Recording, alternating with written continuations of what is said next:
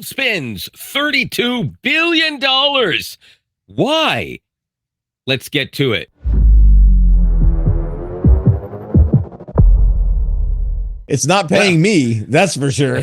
It's not paying me either. You know what? It has something to do with security, and I'm gonna admit I don't know as much about it as well. Probably you would understand this better than I would. So I actually have to look at my phone, and it's illuminating. Ooh, okay. I'm gonna read this from CNN Business for just a bit here. Google announced a deal Tuesday to buy rapidly growing cybersecurity firm Wiz for $32 billion. It would be the tech giant's biggest ever acquisition. Now, I'm not going to lie to you. I don't understand at all why. Of course, this doesn't actually explain why they did. There may be some articles that are being, put out as we speak or throughout the day with their ideas of why, but there may have something to do with trying to keep up with Microsoft and Amazon and cloud computing, I guess. Yeah, I don't know. I mean, I saw this earlier today. I didn't have a chance to really dig into it. I can only imagine, though, that it definitely has something to do with them having greater security within their AI environment, I would imagine. I would hope so, actually, to be honest with you. But I think because I saw the words security and cloud computing sparsely, and mostly people are making assumptions, to be honest, at the moment, is that it's more in depth than just the AI. So they want to be. Oh, go ahead. No, I'm found Google's article where they talk Okay. about it, and it says Wiz good. is different from other services we offer. It delivers a seamless cloud security platform that connects to all major clouds and code environments to help prevent incidents from happening in the first place. So okay, it's again, I was kind of on the money there, in the right direction anyways, about it being really AI focused, because it's all cloud based and environment based, but it's more trying to prevent. So it's being proactive than reactive, I suppose, is what I kind of gather from that. I you know what, I certainly don't disagree with it. I mean, like, a $32 billion, and you wonder, okay, are they screwing something up? Are they gonna have to sell it off for a loss or something? But this actually makes a lot of sense, because the more they are into AI, the more cloud computing there's going to be. So this is protecting them and the consumer. Cybersecurity professionals, it uses AI agents. Oh no. As cybersecurity agents to act as an extension of security teams. So it's got a little AI robot on watch 24/7. Wait a minute, where did I put it? Oh, it's falling down. Oh, it's right there. Okay, hang on 1 second. Yeah, Sarah Connor, we're gonna need your help again. We're gonna be doing this every week. Okay, so there's a little bit of information about that. So let's just talk about our thoughts about it. We know now what they said. Here's what I think. So far, I'm hearing something good can come out of this. It's supposed to be. But are there going to be issues in there? I mean, because it seems like when you have that much control over this stuff, then if there is a breach, will it be even bigger than it would be? Or is this tech that they purchased actually have a lot of fire doors, if you will? Because if that's the case, then bravo for making the purchase. I would think so. I mean, I would think that they're trying to make sure they shore up all their points of entry, which are numerous, obviously. Well, I'm not even talking Um, just points of entry. I mean, that's the easy part. I mean, when people break mm, into cyber speaking, of course, major, data centers and steal our information, they generally just need to get in, and back door, front door makes no difference. They're in. But what I'm thinking is when it comes to Google, Amazon, Microsoft, and any other major tech company, if there are, and I don't know if there's a proper term for it, but I'm calling them fire doors between all the different areas and segments, then if they get my information, doesn't mean they're going to get yours. You know what I well, yeah, mean? it's very Yeah. much segmented, and they Right. spread data out amongst multiple servers in multiple data centers. So Yeah. they definitely try to prioritize certain aspects of security, like, for example, social security numbers would be much harder to gain access to, and the encryption is going to be much harder to crack than, let's just say, your username or something, right? 1, 2, 3, 4. Yeah. Okay. Yeah.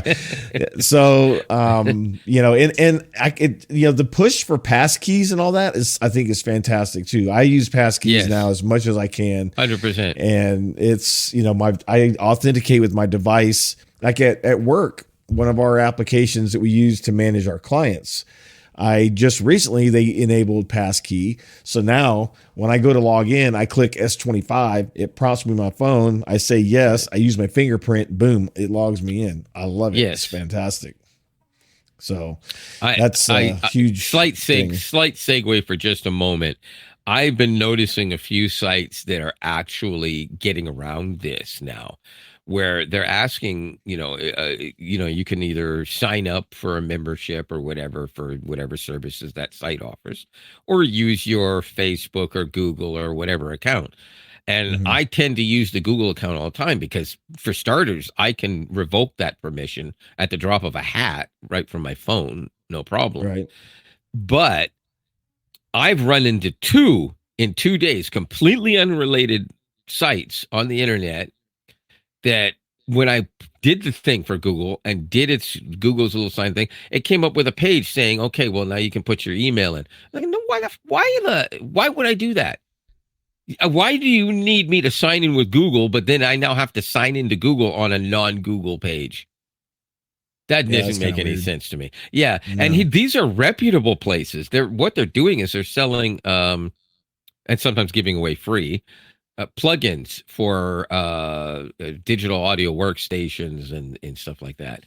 Uh, and these Yeah. are plugins I'd like to have, but I'm not gonna risk my I thing. have So had some sites when I use Google that will ask me to also, in addition to create a password, but not to provide any additional information, because when you say use my Google account, they already have yeah, your email address. yeah, and if they want their own password attached to it for their own benefit, I understand that, right? Yeah, If they whatever. want me, if they offer me passkeys to do it, absolutely. But Yeah. when you say no, I need you to put your email in, I'm saying, what are you talking about? Using Google, you don't need my email. If you want to Right. send me something, then you put a checkbox saying, if you want material sent to you, we need your email. Yeah. But it should be not mandatory. So of course I didn't get anything either free or paid from them. I just left. Yeah.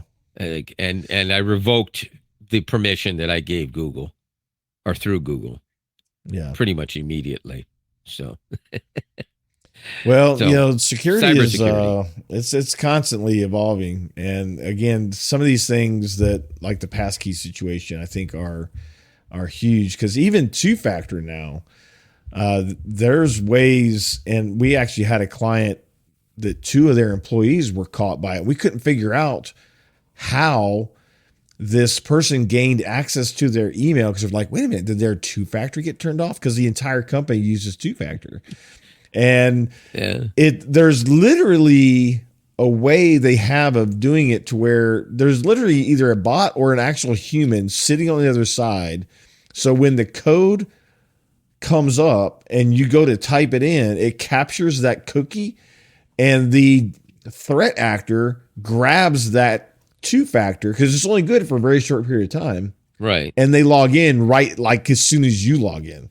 So you're legitimately logging in, but they're capturing your two-factor code and logging into your account where it doesn't prompt you again. Well, that's not good. And no, it was a little, we're like, oh, wow. Okay. So, interesting. But again, it still comes down to, like, don't click the link when it comes from, like, if you didn't order a FedEx package and they're asking you to log into your FedEx account, don't log into your FedEx account. You're not expecting a package, right?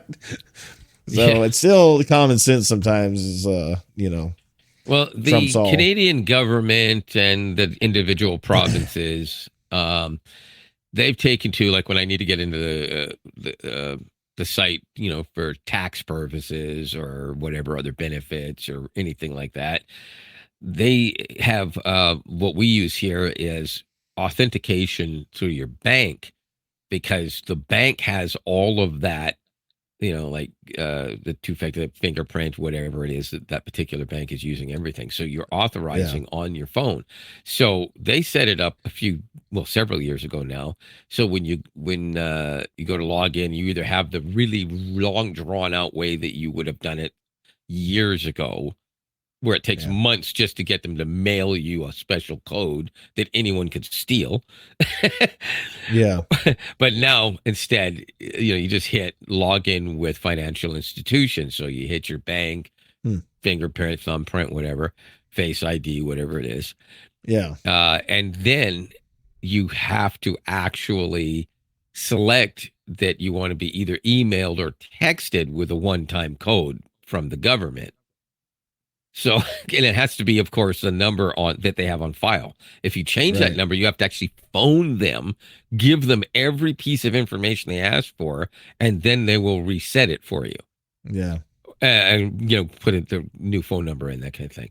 So anyways, they send you that code, and then, of course, you can copy and paste that in, and then you're in the site, blah, blah, blah. But what I think is, while it's cool, there is a weak link. Once they send that code, it's no longer secure. It's completely insecure, in fact, because it's actually only sent SMS, which is hello. Passkeys. Yeah. You can't capture your thumbprint on my phone. Passkeys. That's what they need to do. Because first of all, if you have a passkey, it doesn't matter what device you're on.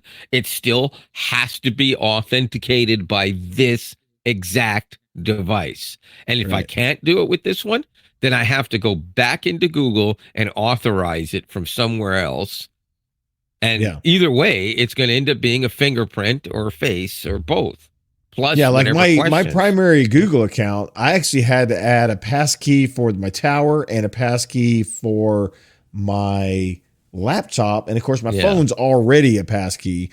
So when I would log in, I would have to choose whether it was tower or laptop. I had to name it different so I knew which one was which, because I couldn't log in with the other one. Like, so if I click laptop and I was on my desktop, it's not going to work.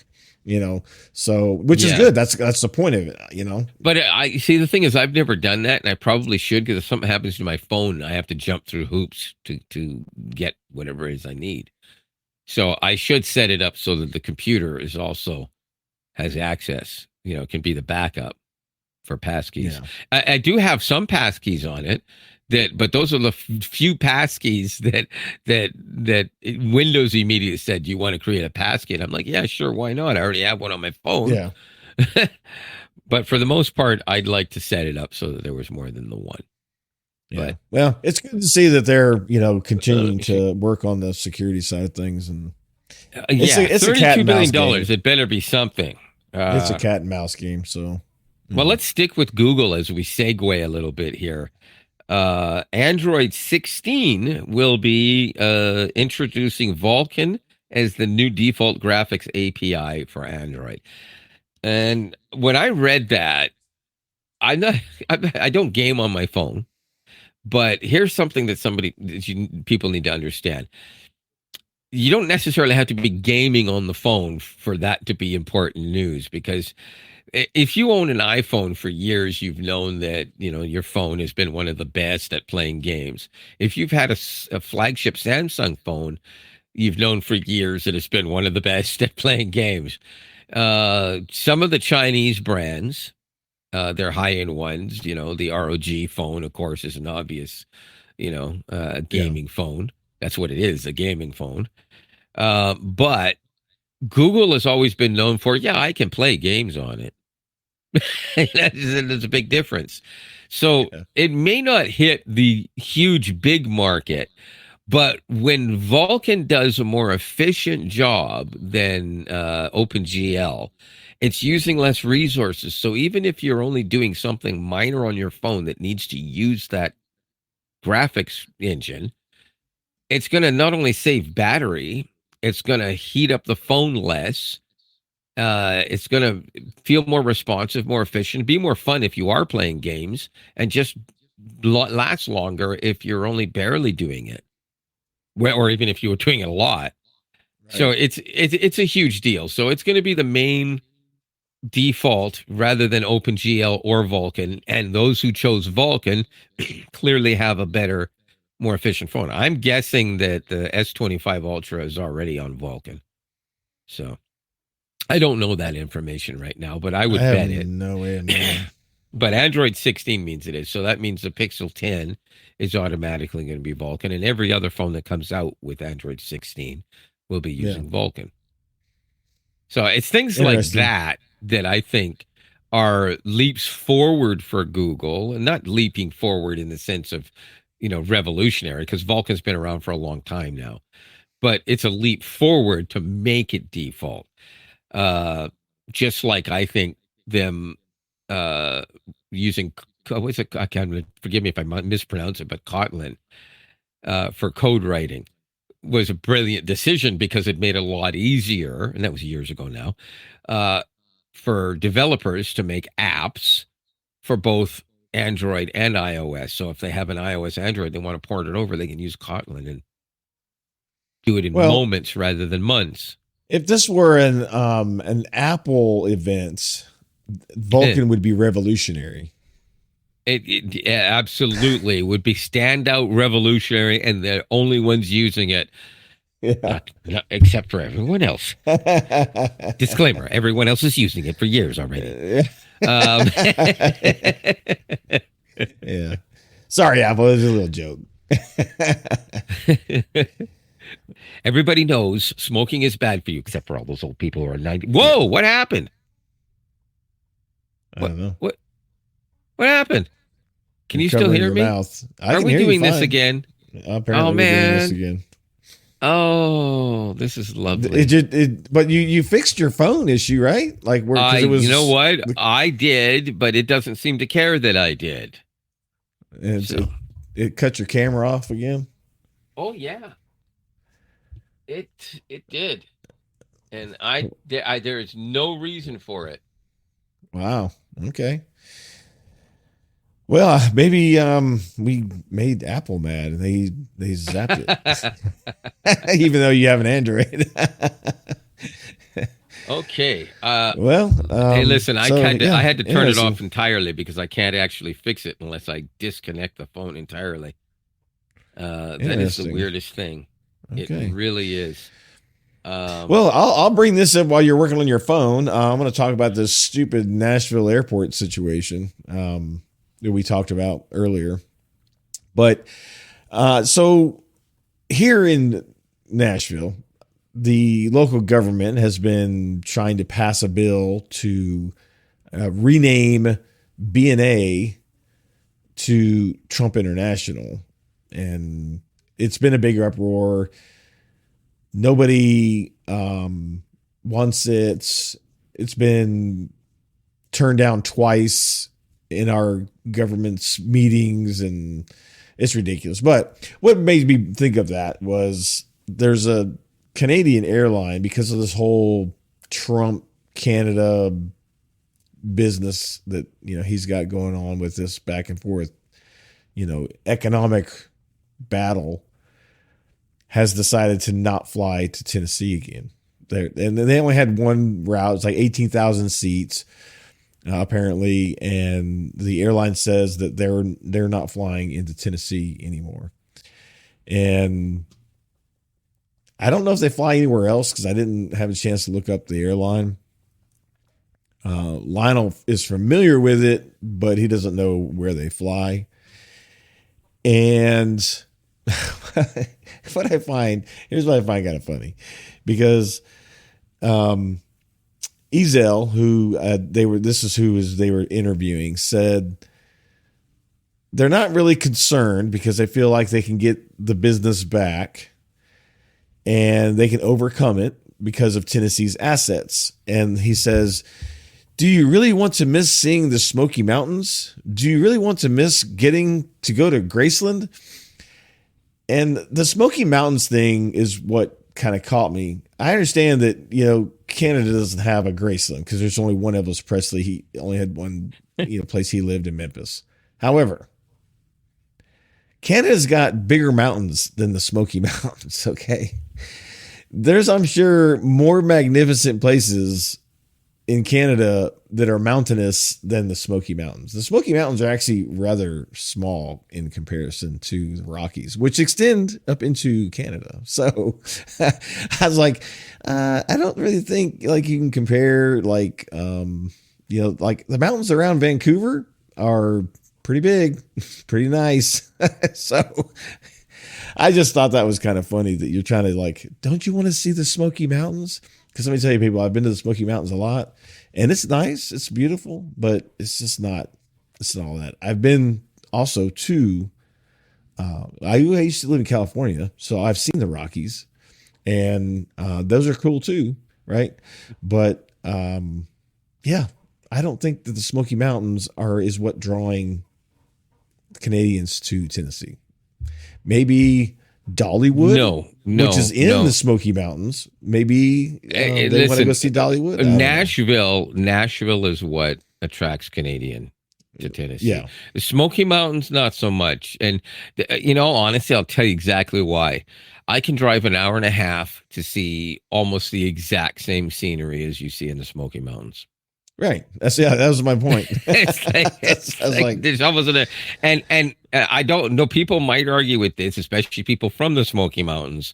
But if you go into some parts of northern New York, northeastern New York, and into Vermont and stuff, it's kind of not that different. I'm talking about in the summer, obviously, not in the winter. Yeah. But it's not that different. My dad used to live in Asheville, up in mountainous area. Actually.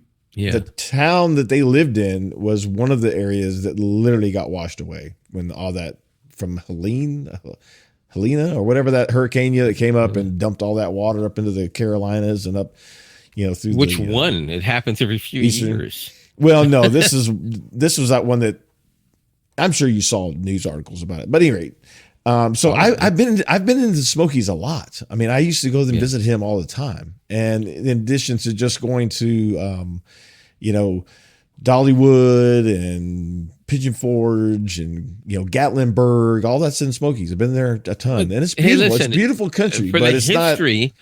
For the history, it would be interesting to travel. If you want to go to all those places and see all the things the historical sites. Let's be realistic. There's a ton of places all over the South with historical sites. Because there was a lot of battles in those areas back then. Yeah, you step south of Mason-Dixon line, and you're basically stepping on Civil War area. Yeah, almost everywhere you put your foot. Listen, this is interesting. I went one year. This is going, I don't know, 15 years ago, 13 years ago, whatever. I was visiting Montreal. I was actually north of Montreal. Well, north of the town that's north of Montreal, because much like living in any metropolis area, there's another town north of that. You know what I mean? Right. Anyways, we go by this church, and he says, "Well, let's go check this out." And I said, "It's just a church."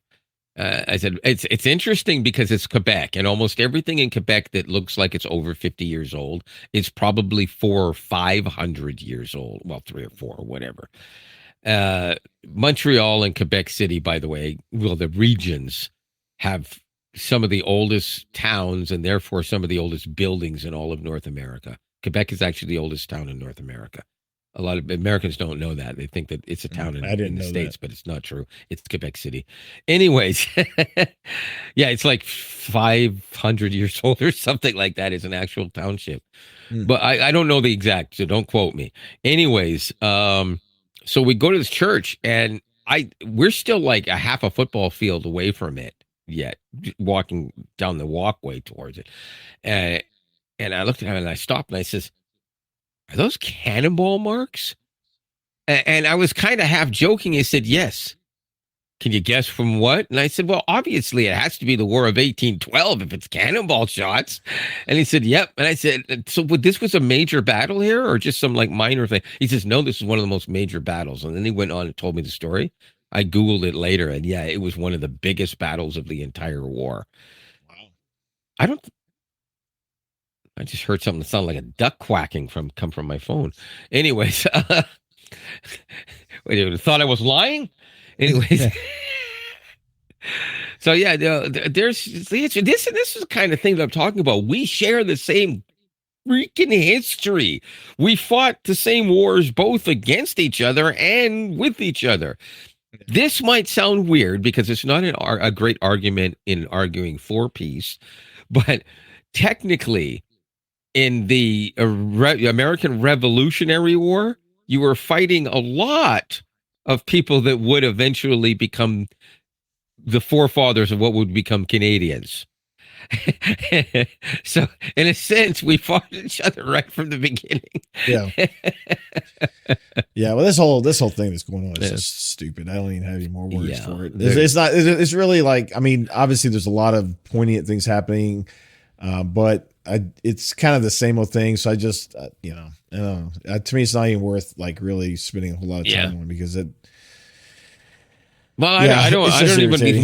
We're not even going to go into that this week because it's depressing enough. There's lots of other stuff out there. I'm only going to say one thing. There's propaganda going around claiming that Albertans want to leave and be part of the 51st state. That is absolutely 100% incorrect. Just because they are a conservative voting province does not mean that they don't want to be Canadian. Not at all. So Truth Social is a bunch of liars, and so is everyone else that associates with that. So having said that, let's talk about what happens when I lose my keys. That was the worst segue in the history of podcasting. I know you recognize this. Oops, I do. That's shimmery. Well, let's just show the black side of it then. I don't know if it's called MiTag or MiTag. Me. It's me. So they did specify that to you when you did your video. Yes. Okay. I'm going to give my quick opinion on it. Let's do a little comparison on our thoughts of it because I have always wanted a tracker, but I've never felt that it would do good enough for me because I don't have iOS devices and I don't have a Samsung device. And for years, it was just common that what do you call those? Not iPhone. Well, yeah, iDevices with their iTag things, whatever they're called. Yeah, the AirTag. AirTags, yeah. Were just the gold standard, right? But only for iDevices. Well, Samsung came out and said, "Hold my beer," and apparently, according to you and lots of other people, they're at least as good, maybe better, depending on how you use it. I personally, I want to say though, I don't disagree with that. I've never used an AirTag, but the Samsung SmartTag 2 has a lot of the same features that they list for the AirTag, and I can just know by using the SmartTag, it is phenomenal as far as the SmartTag 2 with the ultra wideband. It doesn't compare to any of the others. I apologize. I should have said Samsung tried their best to match it and did better than anybody else by a long shot. But then the 2 came out and they said, "Hold my beer." So because I'm hearing from a lot of people that it works better than AirTags. Now, I'm also hearing the other way, so there may be some bias in there. That said, we heard great things coming out about Chipotle or Chipotle or Chipotle or whatever the hell. Chipotle. Okay. I forgot the name of the other one, the other big name one. Help me out here. Pebblebee. Pebble Beach. Just and kidding. There's MotoTag. Right. Moto now, when they announced theirs, it was like, oh my God, they're going to have the ultra wideband in theirs, which is useless unless Google turns it on. It's a hell of it. So I was like, oh, that's the one I'm going to want to get. Blah, blah, blah, blah, blah. Right. These guys, what was it, 2 years ago? I think that they introduced it as an AirTag alternative for iDevices, for iOS ecosystem. Last year they started doing a really, really big push, and they started to get pretty popular, and they cost about roughly half the amount as an AirTag, give or take. Could be on sale and be considerably less. Well, in Canadian dollars, I paid $18 for that. I think $20 after tax. In Canada, for this would be at least $13 more for something else on sale that doesn't have an ultra wideband chip in it that I still can't use because Google hasn't turned it on yet. All right. But without it, this already does more than any of the other ones that I've seen you and other people review, that it couldn't find your keys in the next room. I've had no problem throwing them under a cushion and walking around the house, outside and back in. And no, I mean, I know where it is, but the point is it still works and it tells me where to go to a point. Yeah. It's I was actually I was impressed, and in my video I state that I believe it to be the best Android tracker available because of price point and functionality combined. Right. You know, the MotoTag might have a little better build quality. Probably. But there's things about the MotoTag though, like the MotoTag, you like this here has a key ring. MotoTag does not. You have to buy an extra accessory to attach it. I know you've mentioned that before, where I said it wouldn't bother me, I wouldn't care. But as soon as I opened the box and realized I could put this on and didn't have to buy one, I was like, yeah, I get it. And now I get it. So that's it there too. And one of the things that I had somebody make a mention to me on one of my videos, I think it was on the MotoTag video. They said that, oh, well, you know, nothing can compete with the AirTag. The AirTag is still superior even to Samsung. And I was like, and their argument was because of the amount of iOS devices compared to Samsung devices. So I said, really? I said, let me pull up some stats for you, because up until last year, Samsung sold more devices than Apple. Apple actually has more in play now than Samsung, but by a very, very small margin, right? Right. Now, they did bring up a very interesting point, and I understand this point. By default, the iOS automatically tracks the AirTag. You don't have to turn that feature on. In Android, you have to enable your device to be a part of the network. Like, you have to choose to do it. iOS, you don't. Yes. So let's just assume that people have, though. If they want to buy a tracker, it's not going to work unless you turn the feature on. Yeah. And it does like anything else that you can put in the Google Find My Device network. It does have the lost item feature, which means if you mark it as lost, anytime it turns on, it's automatically pinging to say, I'm over here, come and rescue me.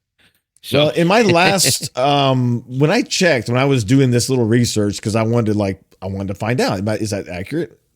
Yes and no. As of 2024, Samsung says there are over 300 million Samsung devices that are a part of Samsung's Find My network. Right. That's a lot of phones / tablets, because it's tablets, phones, everything, just like the iOS is phones and tablets. So, and I'm sure now 2025, that could even be 400 or 500 million. Who knows? But listen to this. This is a stat that people need to understand. every single one of those, well, not every single one, but the vast majority of those Samsung phones are now on Google's Find My network. Yes. The vast Yes. majority of them. If they're newer devices, if they're older devices, they probably weren't using the Samsung Find My network, because a Yeah. lot of them were bought more recently by people who just like, I'm going to buy a used phone. I need it to last me 3 years. Right. And, you know, they're not buying the latest, greatest, and newest stuff. So they're most likely just going to end up on Google's Find My network because they want to be able to find their phone. And they want to do it from their Windows But see, computer or so their Mac computer even. this is my Find My device. This is not Google. This is not Samsung. This is Google's, and you can see Right. all of my Samsung devices are in there. Yep. So you know, now when you take a tag like this one, and this is why I think this is going to be like, especially their Duo. I won't talk about that, but Yeah, we'll get to that. it's, you have the entire Android ecosystem, whether it's a Samsung, whatever, a Pixel, you name it, right? A nothing phone, a one phone. I mean, yeah, everything. You have that entire ecosystem, and it supports from Android 9 or 10 up. So That's right. right. It's a lot of devices that's going to be able to use as a. It's in the hundreds device. of millions of devices, actually. Yeah. See, So- what I want to do is I actually want to give this to a buddy of mine. Next time he's out somewhere and he's got to go here and there, he's got to take his kid to the hospital to get checked up with the doctor, go to work, do some stuff. I'm going to tell him, put this on your key ring. Mhm. And I want to see how many times I can get this thing to ping back to me. Yeah. And where it's been. His entire family is iOS only. So when they're out of the house, when they're out of the house, it's always going to know where the hell it is. When it's in his house, I'll probably only know that it was within the vicinity of my house because he lives across the street. So it'll probably only show last known location, right? But if he's driving a vehicle that has, with somebody else, that has Android Auto activated. And now, by the way, that's the reason why these things will work in a parking lot too. If you're sitting, because you go into a parking lot, you think, well, everybody's parked at the mall, right? And you left it in the car. But there's always some guy who's like only 3 cars away who's just waiting for his wife, or some woman who's sitting there waiting for her boyfriend. So, and they've got Android Auto. Maybe they might have the other one, but there's usually somebody nearby. And of course, you go into a mall, into an airport, on a train, almost anywhere.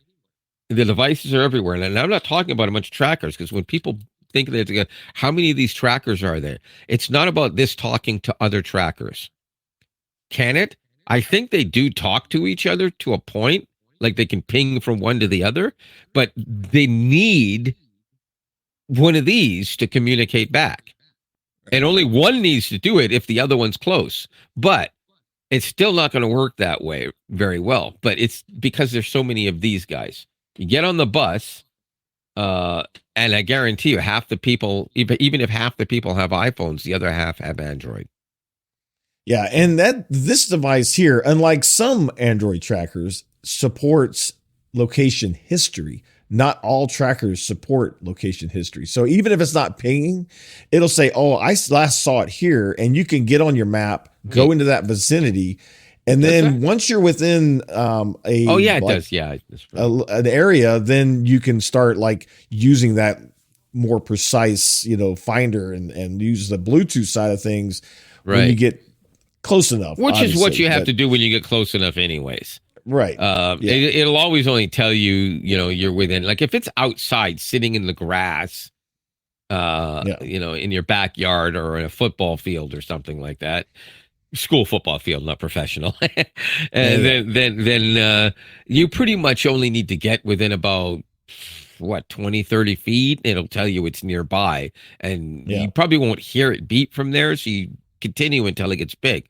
But if you get close enough in the open, you'll get that full size with the little picture in the middle before you get too close. So you need to start doing the listen part, make it beep. And I figured that out when I deliberately threw it down on a pile of clothes, and then I went to go do some other stuff. And when I came back towards the room, I wanted to see how close I could get before it would tell me I'm close enough to listen. And I was surprised. I was still about 8 feet away. And I thought, wow, okay, so that's actually a pretty strong signal then. Yeah, a lot of people like this one guy made a comment, not about this one, but on one of the other videos about, well, I put one in my wife's car and I can't see it driving down the road. I'm like, you're not going to see it driving down the road because it's not an actual GPS antenna. Yeah, no. Like it doesn't have live GPS tracking. It's just a way for you to be able to ping the device. And I'm guilty of this myself because so many people have called them GPS trackers. Yeah, that you just like instinctively say, they say for pets. Yeah, but the GPS side of things, when people think about it, is because you can view it on the map and it shows you a GPS location. It's not actually GPS. And somebody called me out on it. Like, these don't have GPS. I'm like, you know what? You're absolutely right. And I clarified that like in another video. Like, these are Bluetooth. And I said the reason why I mentioned GPS is because people equate seeing it on a map to GPS. And so people just instinctively have been calling them GPS trackers.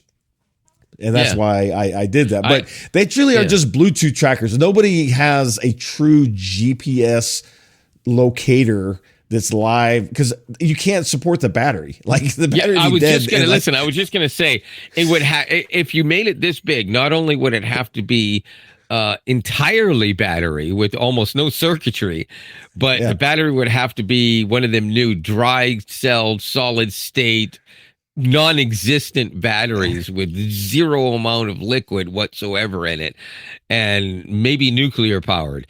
But I was going to say, to my knowledge, they don't make a nuclear reactor that small yet. It would be dead in an hour. I mean, it would be cool. It would be cool as hell if you could. But it also would never work in your fucking house because you couldn't put Bluetooth and GPS tracking in something this big. And this, by the way, is massive compared to an AirTag. And when I say massive, it's only a little bit bigger. But when something's that small, 10% smaller, it's a lot smaller. Yeah. So it's massively bigger. Well, and think about GPS too. Like I can tell you, like I've been in New York, I've been in other cities where I've had my phone in my hand with visual to the sky, and GPS is like got me spinning in circles. Because all the buildings, it just interrupts the GPS signal. Well, here's the thing about the way GPS is supposed to be working. So, I mean, if you're in an area where it's doing that to you, that means they have no freaking ground repeaters. And this is what a lot of people don't realize. When they're tracking somebody GPS, unless they're driving down the highway, when they're in the city, at least 40% of that tracking is from ground repeaters. Cities like Nashville, Toronto, Los Angeles, New York have hundreds of ground repeaters, not dozens, hundreds. On some of those cell towers are actually ground repeaters for satellite signals. So they track it exactly the same. So you're getting the same signal, and three of them will try to catch you at the same time to triangulate. If the satellite gets you, but the other one doesn't, then the ground repeater does, and you triangulate that way. GPS only works if 3 or more satellites can find you, or 3 or more ground, or any combination of the both. Yeah, and think about this: when you go into a building, you lose that GPS tracking capability. However, you still have Bluetooth pinging off other Android devices. So you could literally go into a hotel and go to the room where your tracker is located if it's pinging off a device. Now, just think about when they turn the ultra wideband on, and you'll be able to get all the way to the point where, because by the time they turn that on, you know who live. I'm afraid to say it in case they activate it all of a sudden. You know who live will finally be updated so that you can do all that with the camera and everything. And you'll be able to turn the camera on and go, "Hey man, I lost my keys. Show me exactly where it's telling you it is," and it'll start talking to you and everything. I mean, but ultra wideband is something that doesn't need to be triangulated. By the way, if anybody who's listening has had a couple of drinks this evening and doesn't know why you have to have 3 satellites triangulate something. It's in the word. Triangle. But I'm going to take a lot of flack for that now. Anyways, ultra wideband doesn't need to be triangulated because it is a different type of signal. Thank you. Signal. Maybe you should explain it better than I can.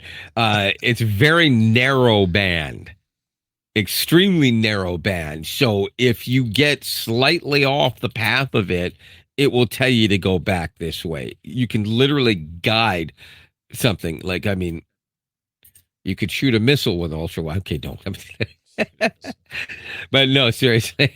Too much COD, man. Yeah, I really think that Google is this is one of the things that they're not doing so well. They should have had this already enabled a long time ago. Of course they should have. I don't know why. There must be some regulatory BS or something. But here's the thing. Ultra wideband was approved almost 2 years ago in Canada. It's already approved for 5 years or more, maybe more than 7 years in the US. So what's the problem? Are they worried it's going to take up too much battery? Why do you give a shit? It's my device. If I want this thing to last only 3 months instead of 6, that's my business. I want ultra wideband. I don't want this thing telling me within 10 feet that it might be nearby. I want to know that I'm exactly 6 inches away and I should turn left to find it. Yeah, but my Smart Tag 2 batteries are going to last 8, 9, 10 months. So, I mean, it's and they use ultra wideband to Samsung devices. So, yeah, it's not necessarily a power issue. I just think obviously it's not a regulatory issue either, because as you said, it's Samsung's already using it. That's why it works so well. And that's why it works better for some people in some scenarios than Apple does with Apple devices. And I think, so the S21 and above supports ultra wideband. And I think you and I talked once before. Yeah. And that the 7 Pro and above has ultra wideband support, or was it 6 Pro? I don't remember. Not 6. It's 6 or 7. Absolutely not 6. It's either, okay, so it'd be the 7. It'd be 7. I actually thought it was the 8, but you might be right about the 7, because I remember I think you might be right, actually, because I think I remember hearing about it and being like, okay, this is great, but I bet nothing ever comes down the pike that makes it usable. But the 8, I'll be able to use it on what? I still don't know, because I'm already on the 9 and there's still nothing. Give me the 10 and I still won't have anything. I don't understand. You put ultra wideband, but you won't actually turn the network on or give us any products that it can use. And it's a damn shame, because there's so many things you could do with ultra wideband. And I also imagine, because there's so much less interference in that area, would it be possible at all to make earbuds that would use ultra wideband and engineer them so they only work within 3 feet or something like that? And you get like the absolute best quality audio you could ever get wirelessly. Could that be a thing in the future? I imagine your earbuds would only last for about 6 hours, but so what? I just pod around. I just used Gemini AI in Google search, because that's available now, which is really cool. Like, you just type something in, it says dive deeper into this, and you click it and boom, it goes right into AI. The 6 Pro does support ultra wideband. Wait a minute, dive deeper. What are you talking about? In Chrome, when you go to do a search and you have the AI enabled. Okay. I'm sorry. I don't want to hear about the stuff that you get just because you got an American flag on your shoulder. I'm not jealous. I'm not jealous. That's Pixel a beta 6 thing, Pro by does the way. support it. Pixel 6 Pro all right. does support So that does clarify that. I am really, really shocked by that, because I swear it said that it didn't. I think it might have been only certain models in America, maybe like the AT&T or something. Possibly. Okay, your audio's gone all wonky. Something's happened. My audio? Yeah, Oh no, we lost your mic, man. You can't hear me at all? Yes, I can. Unfortunately, I'm hearing you from the laptop microphone again. Well, we're having some technical difficulties, folks. Stay with us. We should have one of those things that come up and go, technical difficulties are ours. Please stay tuned. But it still shows it in here as being on my series. That's because you're popping in and out. You just came back for a second. I don't know. Get a little closer to your mic for a second. How's this? Is this close enough for you? Well, okay. Well, you got to talk louder when you do that. I need you. Well, I mean, I'm talking normal. I mean, this is the way I've been talking the entire time. What I want you to do is kick in. I think what might be happening, it's weird, but it almost seems like, God, I forgot what it's called. What's the matter with me? Let me get into mine here for a second. Even my Streamlabs has the my noise Steel gate. Series. I think your noise gate may be kicking in and screwing you up from Steel Series.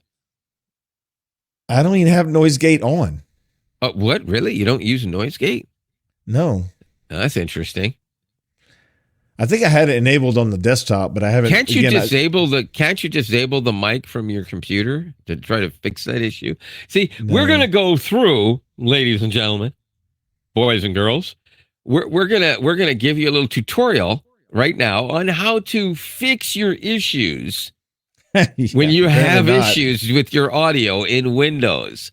So we're going to pass you over to Robert, who you may or may not be able to hear. Robert. Yeah, I can't help you. I'm sorry. Well, I'm hearing you now from your good mic. Okay, that's weird. Yeah, because even in Chrome, it shows my Steel Series as being the mic. Oh, they just cut out again. I don't understand.